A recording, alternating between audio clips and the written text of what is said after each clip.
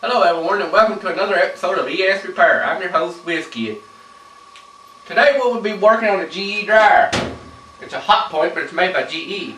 It's about 5 to 10 years old. It was making a squeaking noise here in the front when I first got it. Well, after taking it apart to find the problem and then putting it back together for demonstration purposes, somehow or other we managed to reseat everything where it don't make the noise like it did. But we'll try it and see if it does for a second. Got clothes in it for weight.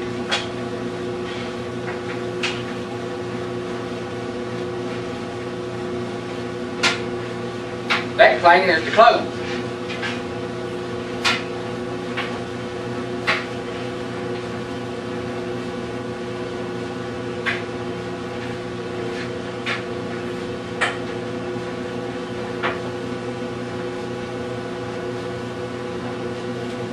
Well, apparently it's not going to do it, so we'll stop it. And a warning about dryers. Like I said, they can start fire. And they have high voltage in them. So if you don't know anything about ventilation or about the voltage, leave them alone. Don't be trying to rig them. When we took the dryer apart earlier, we found out that the front part had bad bearings. They ain't actual bearings in this model. They're just little plastic bearing assemblies with little plastic sliders on them. You want to first take it apart for this model. All models and years and makes are different, I guess. Remove your vector thing. Take your Phillips screwdriver. And there are 2 screws up here in each corner. One there and one there. You start by taking these 2 screws out. But first, for safety's sake, make sure it's unplugged. You always want to make sure there's, for safety too, while we're on that subject, that there's no flammable liquids or anything flammable around your dryer, such as gas or open containers, rags with paint thinner on them, etc. But anyway, start by taking 2 screws out.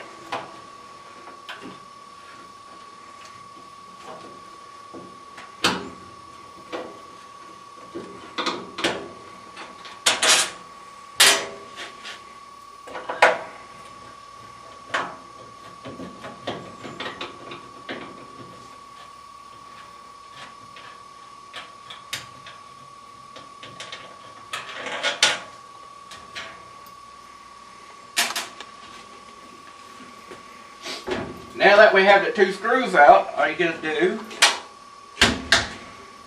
is pull forward, lift up, pull forward and in. Gently so you don't break nothing. And there's the top off. Down inside the dryer, if you ain't already fooled one, you got your heat selections, fabric care, your start, timers. Got the drum, the belt. Then underneath there is the blower motor and the belt motor. It turns it, or they may be the same motor. Some may have 2 different motors. But to get this part for the motor to take the front off, you got 2 screws. One right there, one right over here. They're both Phillips. And you need about a medium-sized Phillips screwdriver for this.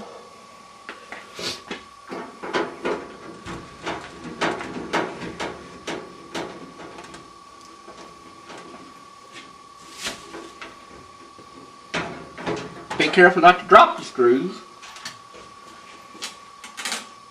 Down inside the dryer.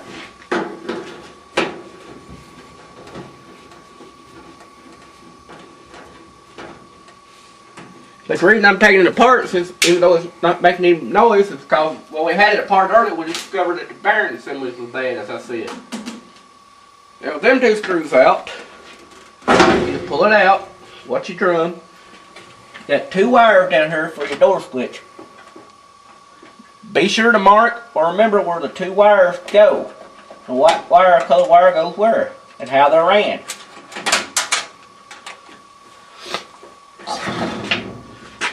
Then, when you get apart, lay it somewhere it works.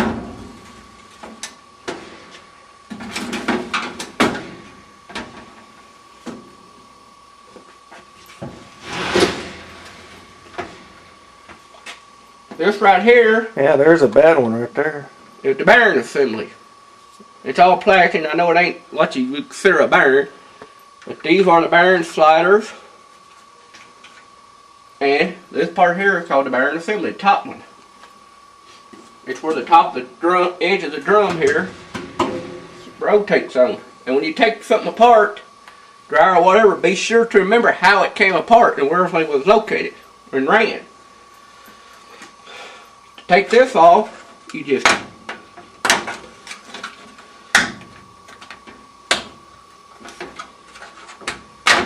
lift up like that gently. There you go. See how that wore away? It's broke there. And they just come off, but if you know they got a little latch right there where the hole goes in. That's no good. That's really no good. That one's alright. It probably should have been replaced. Like I said, it's broke. So I ordered all new parts. The bearing, plastic bearing thing here was $30-some, and these things were $10 a piece. And I got 2 of them. So about $50 worth of parts, and plus the $25 I paid for it. That's $75 I got.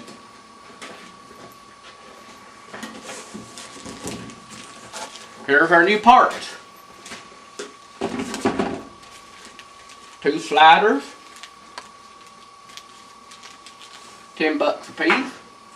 Put tack and a genuine replacement part.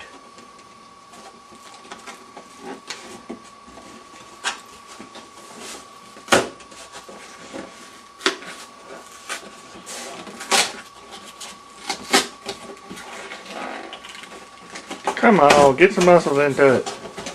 Oh shit.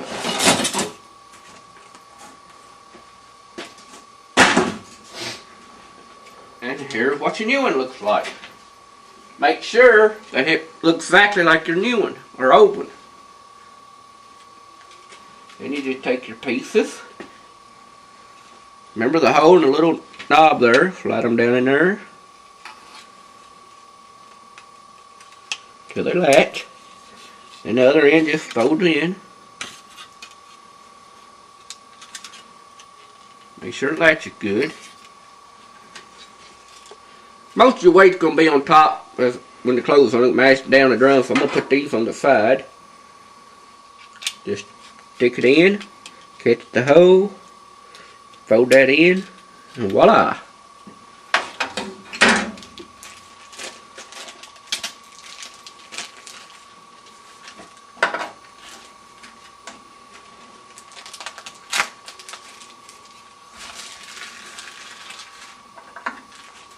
These are kind of like, well, these are hard felt like. Hard plaster felt.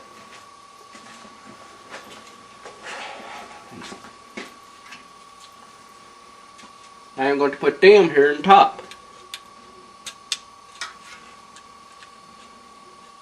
See how they kind of hold up a little?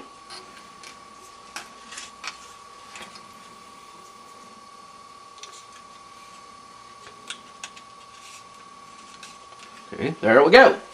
Now all we got to do, there's a little lip there, which sits on this lip and catches. Make sure it all lines up, which that one did.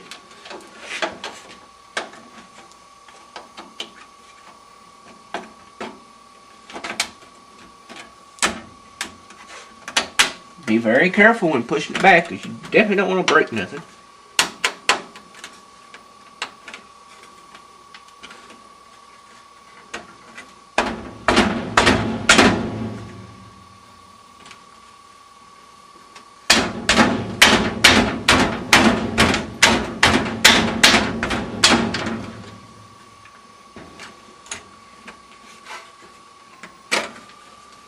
And if it don't want to go, you definitely don't want to force it.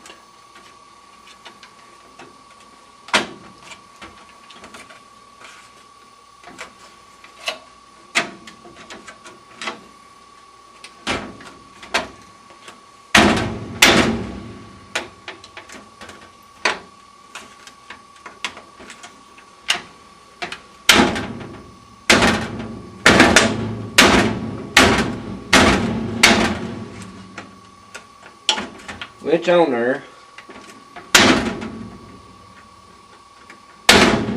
Sometimes you have to use a little persuasion, but you don't want to get too rough with it. And a lot of fires, household fires in the country are caused by dryers. You always want to make sure your air flows and everything is clean. See how this one here is dirty? That restricts airflow and can cause the dryer to beat up heat and catch on fire. A lot of home fires started this way. You always want to keep an eye on your dryer just in case. Timer or something shorts out or that. Your motor was to burn out. You always want to use shop vac, not air, compressed air to clean it out, because compressed air can blow dust up around your element and catch on fire when you turn it on. Like a big lint bunny. But since this is all... lint bunny. But since this is off and you don't have to worry about it blowing up in there, you can take compressed air and blow this part out. But you never want to blow the cabinet out because of the air. You always want to make sure your screen is good and clean. As I said, use a shop vac, and I've got it plugged up and ready to go here, so it's going to be a little noisy. But like I said, you always want to vacuum everything out. Here we go.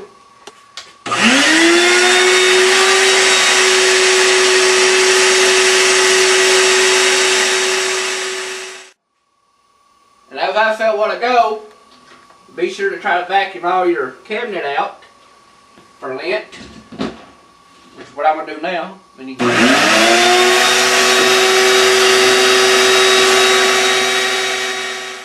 Now, as I was telling you, here's the blower motor where it pulls the air through and out the back. And as you tell, but when I turn this, the drum moving, so that means it's all on one motor. And when you vacuum this out, you need to pull your dryer out, stick the vacuum hose up the air outlet in the back, and vacuum all up in there best you can. Vacuum all up in here, anywhere and everywhere you see dust, you can get to with a vacuum hose. Okay, now that all the vacuuming is done, we need to reassemble the dryer. You've got two little latches down there on the bottom, if you can see them there, and you got holes in here that correspond. Them latches have to sit in them. Then you got the two wires you got to re-wire out and plug back up.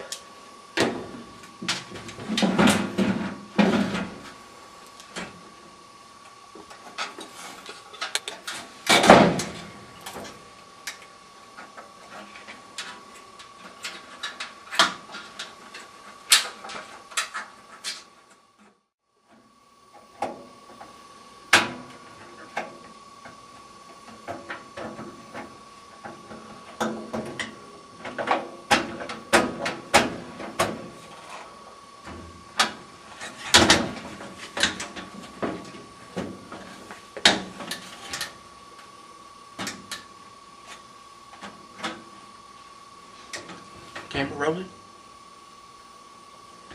And as I said, remember how it was routed. And set your thing on the notches, hold your drum up, go in, right?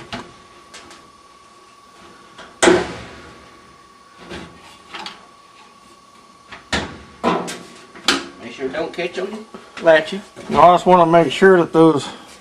And you got little slots and latches there that have to line up with. Like over here. And you take your two screws out. And when vacuuming, make sure you don't suck your screws up by accident. But if you do, you can just take the vacuum apart and get them out.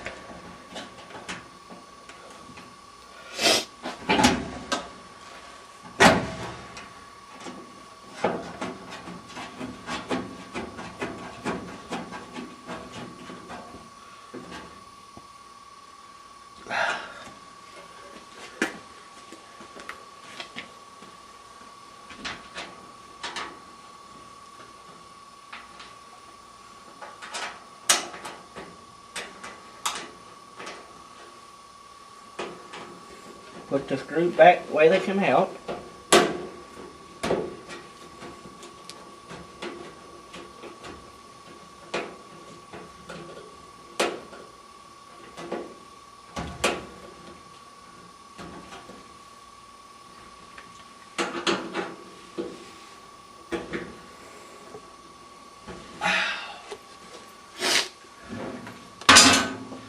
Now we put the top back on. As you can see, it's got some slots, 3 slots in it there. And these little brackets have to go in. And this little piece slides up under that.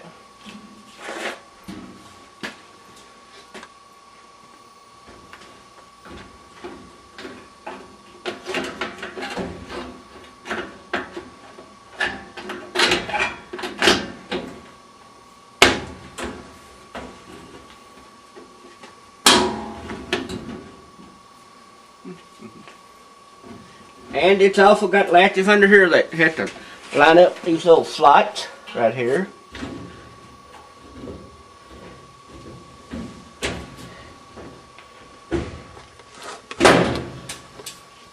Like I said, if nothing wants to go, do not force it.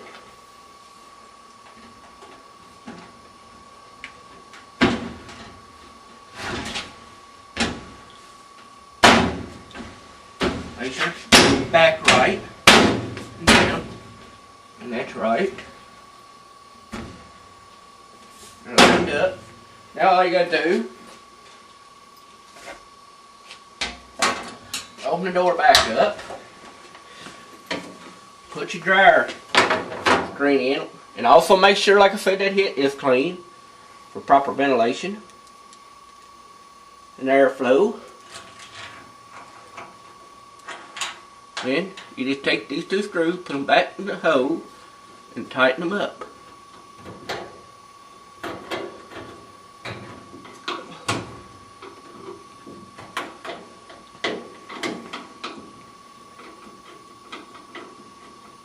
And if your screw don't want to go, or if it don't want to go straight, don't force it. You'll cross strip something and it won't tighten up.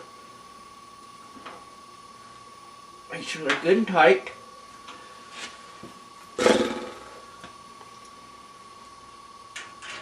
And if I put these in, I can see the holes up and under there. And I'm making sure that they line up. And it wouldn't hurt to make sure you got your screen in, so if you drop the screw, don't go down inside where you had to take it all back apart again.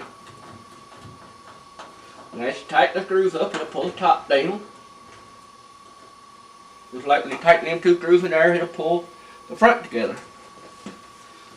Now, time for the test.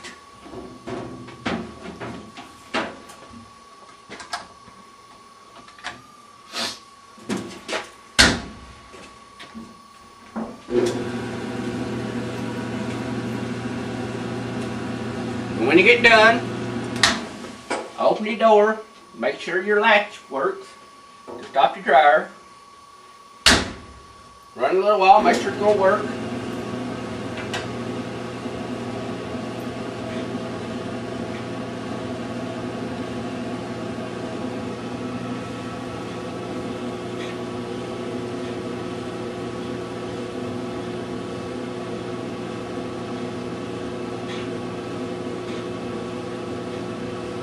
It might make a little bit of noise till it kind of seats itself. To the parts, I guess, if they get broke in. And all dryers are going to make a little bit of noise here and there. And when you put your front on, you always want to make sure that you lift up on your drum so everything slides up inside the drum without forcing anything to break it.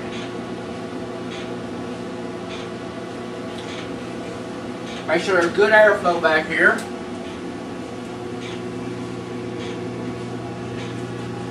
There he is. And it's getting warm. There we go. Appliance power 101. But one word of caution. These things run on 220. 120 runs like your motor. The other 120 runs like your element. And a lot of the elements also depend on what the temperature setting is.